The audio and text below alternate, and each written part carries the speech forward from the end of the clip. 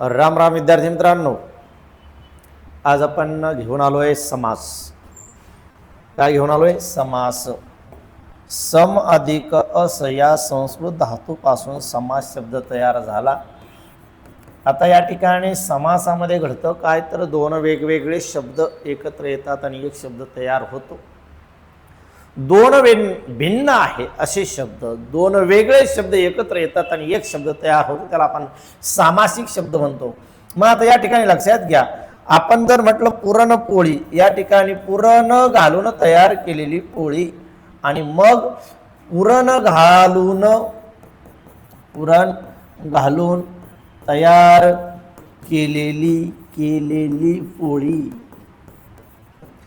पुरण घालून तयार केलेली पोळी, एवढे शब्द आपल्याला काढून टाकावे लागतात आणि मग हे दोन शब्द एकत्र येतात आणि एक शब्द तयार होतो, पुरणपोळी.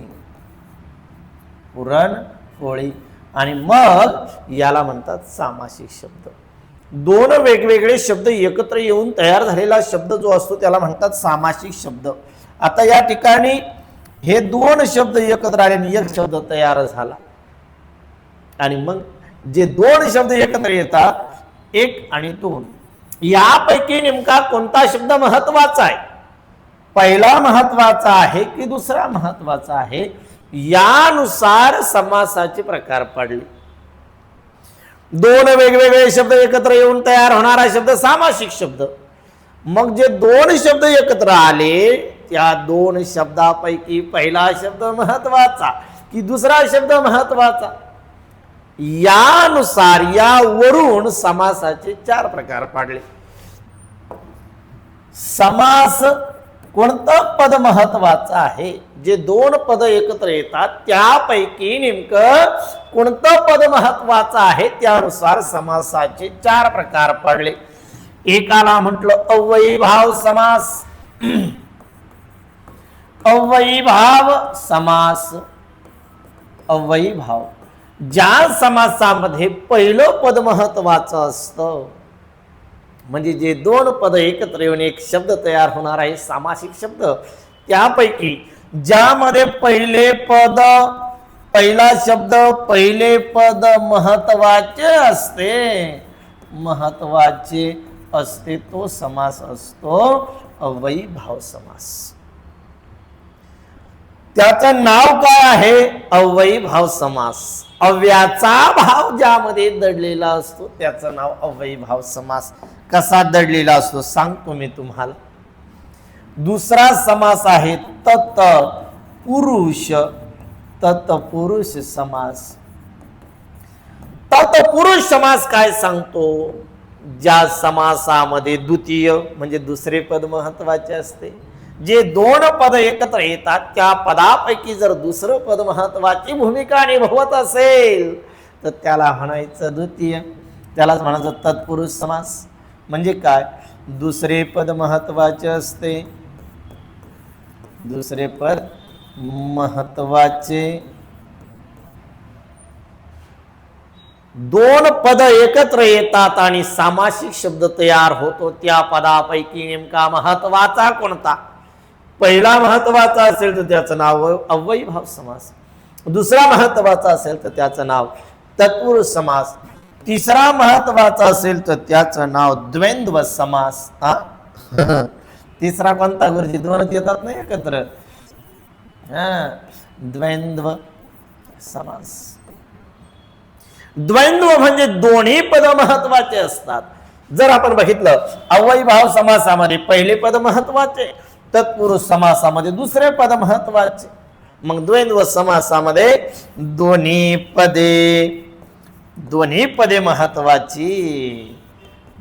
पदे महत्वाची असतात. तो समास कोणता आहे? तर तो समास आहे द्वंद्व समास, ज्याच्यामध्ये दोन्ही पदांना सारखं स्थान आहे, सारखं महत्व आहे. दोन्ही पद प्रधान असतात, दोन्ही पद प्रमुख असतात, दोन्ही पद महत्वाचे असतात. आणि मग चौथा प्रकार पाडला, त्याचं नाव ठेवलं बहुव्रीही. बघा, बहुव्रीही समास. आता घडलं काय बघा, पहिला जो प्रकार पाडला त्याचं नाव ठेवलं अव्ययीभाव समास. त्याच्यामध्ये पहिले पद महत्वाचे, दुसरे पद महत्वाचे, तिसरा द्वंद्व समास. द्वंद्व समास काय म्हणतो, दोन्ही पद महत्वाची. आणि इथे दोन्ही महत्वाची नाही. हो, दोन्ही महत्वाची नाही. मग दोन्ही महत्वाची नाही म्हणजे तिसरेच पद महत्वाचे. तिसरे नसतेच ना, म्हणजे दिलेलं पद तिसऱ्या पदाचं विशेषण असतं. तिसरेच पद महत्वाचे. असे हे 4 प्रकार पाडलेले आहेत. कशाचे? समासाचे. मग परीक्षेत प्रश्न विचारला गेला, समासाचे प्रकार किती? समासाचे प्रकार 4. कोणकोणते? अव्ययीभाव समास, तत्पुरुष समास, द्वंद्व समास, बहुव्रीही समास. आणि मग त्यातला पहिला समास मी आज तुम्हाला समजून सांगतो, अव्ययीभाव समास.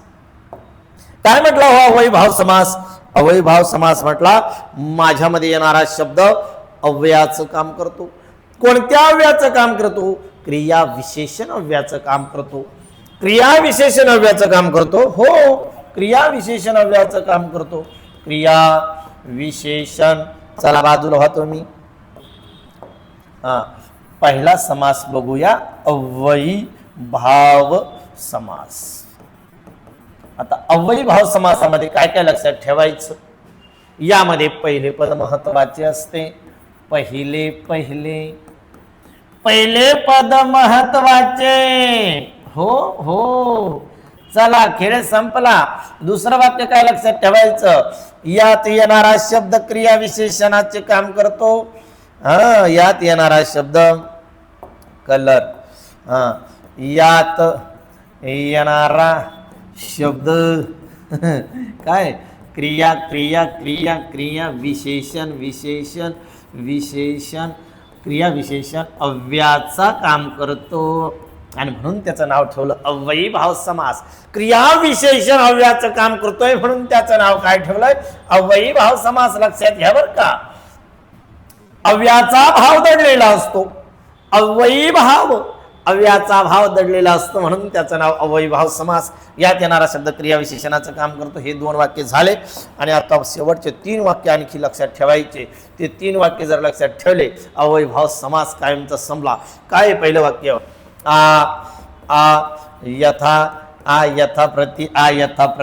यथाप्रती हे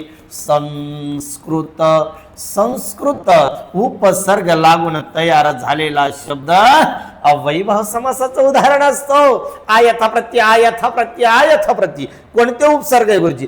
गुरुजी उपसर्ग म्हणजे काय ते सांगा आधी. लक्षात घ्या, उपसर्ग म्हणजे शब्दाच्या सुरुवातीला ज्याच्यापासून शब्दाची सुरुवात होते त्याला उपसर्ग म्हणतात. म्हणजे लक्षात घ्या, शब्दाच्या सुरुवातीला लागणारे जे असतात त्यांना म्हणायचं उपसर्ग. समजा तुम्हाला इथं दिला हार, तुमच्या गळ्यात टाकला हार आणि नंतर आला त्याच्या पुढे शब्द उप. मग उप काय आहे? तर उप आहे उपसर्ग. शब्दाच्या शेवटी जे जोडले जातात अक्षरे त्यांना प्रत्यय म्हणतात. आणि शब्दाच्या सुरुवातीला जे जोडले जातात त्यांना उपसर्ग म्हणतात. जर एखाद्या शब्दाची सुरुवात यथाप्रती या शब्दांनी झालेली असेल, या उपसर्गाने झालेली असेल, तर त्याचा समास असतो अव्ययीभाव समास. यथाप्रती, आमरण, आजन्म, आसेतू हिमाचल, आकर्ण, ज्याच्यापासून सुरुवात. आणि यथाशक्ती, यथान्याय, प्रतिदिन, प्रतिशकंद, ज्या ज्या शब्दाची सुरुवात यथाप्रती हे संस्कृत उपसर्ग लागून तयार झालेला शब्द अव्ययीभाव समासाचं उदाहरण असतो. गुरुजी उदाहरण सहित द्या. आधी 3 वाक्य लिहून घ्या. काय? यथाप्रती हे संस्कृत उपसर्ग लागून तयार झालेला शब्द अव्ययीभाव समासाचं उदाहरण असतो. दुसरं, हर बर दर, हर बर दर, बिन बेला गैर बे, हर बर दर, बिन बेला, बेला बेला बेला बेला बेला, हर बर दर, बिन बेला गैर बे, हर बर दर, बिन बेला गैर बे, हर बर दर, बिन बेला गैर बे. हे उपसर्ग लागून तयार झालेला शब्द. कोणते उपसर्ग आहे? हे फारसी उपसर्ग आहे. फारसी उपसर्ग. हे फारसी उपसर्ग लागून तयार झालेला शब्द कोणत्या समासाचं उदाहरण? अवयभाव समासाचं. कोणते गुरुजी? हर बरदर बिन बेला गैरबे, हर बरदर बिन बेला गैरबे. आणि तिसरं कोणतं आहे गुरुजी वाक्य? चला तिसरं वाक्य, मराठी शब्दाची द्विरुक्ती. द्विरुक्त होणे म्हणजे काय? तो शब्द पुन्हा येणे. गावोगावी, घरोघरी, गावोगावी, पावलोपावली, पदोपदी, क्षणोक्षणी. तो शब्द पुन्हा येणे त्याला म्हणतात द्विरुक्ती होणे. मग मराठी शब्दाची द्विरुक्ती, होऊन तयार झालेला शब्द, होऊन तयार झालेला शब्द, झालेला शब्द म्हणजेच काय? अवयभाव समास. बस एवढंच लक्षात ठेवा. आ यथाप्रती संस्कृत उपसर्ग, हर बर दर बिन बेला गैरबे फारसी उपसर्ग, हर बर दर बिन बेला गैरबे फारसी उपसर्ग आणि मराठी शब्दाची द्विरुक्ती. अहो एवढं लक्षात ठेवा, अवयभाव समासाचा एकही मार्क कटणार नाही. आणि याच्यावर भरपूर प्रश्न आजपर्यंत विचारले गेलेले, 100% विचारले जाणार म्हणजे जाणार. गुरुजी उदाहरणं द्या पटपट. चला आता उदाहरणं तुम्हाला जर सविस्तर शिकायचे असेल अशाच पद्धतीने नाचत गात हसत खेळत संपूर्ण समास, तर प्ले स्टोअरला जायचं आणि असं टाकायचं घे भरारी, घे भरारी. लगेच पुढे येतं डोळे गुरुजी. असं टाकलं तुम्ही का लगेच तुम्हाला ॲप भेटणार, घे भरारी डोळे गुरुजी. ते ॲप घ्या.